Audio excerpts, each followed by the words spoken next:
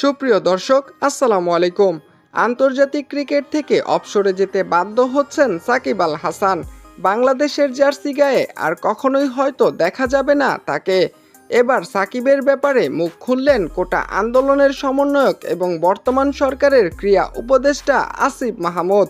সাকিবকে নিয়ে কি বলেছেন তিনি, বিস্তারিত জানতে ভিডিওটি না টেনে দেখতে থাকুন।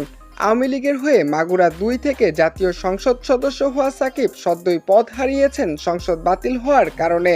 তাছাড়া শেখ হাসিনা দেশ ত্যাগের পর মাগুরার তার রাজনৈতিক কার্যালয়ে আগুন দেওয়া হয়েছে।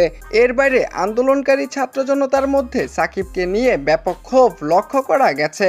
সাকিবের প্রতি এই ক্ষোভের কারণ রাজনৈতিক পরিচয়ের ঊর্ধ্বে উঠে ছাত্র সাধারণকে সমর্থন দিতে না পারা।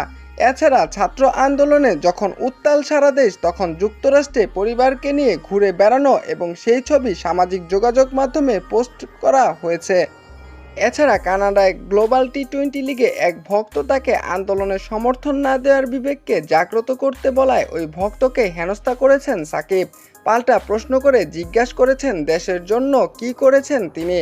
এসব নিয়ে সাকিবের প্রতি ব্যাপক ক্ষোভ ক্রিকেট প্রেমীদের। দেশের বর্তমান পরিস্থিতির কারণে দেশে ফিরছেন না সাকিব। গুঞ্জন রয়েছে দেশে ফিরতে না পারলে ক্রিকেট থেকে অবসর নেবেন তিনি।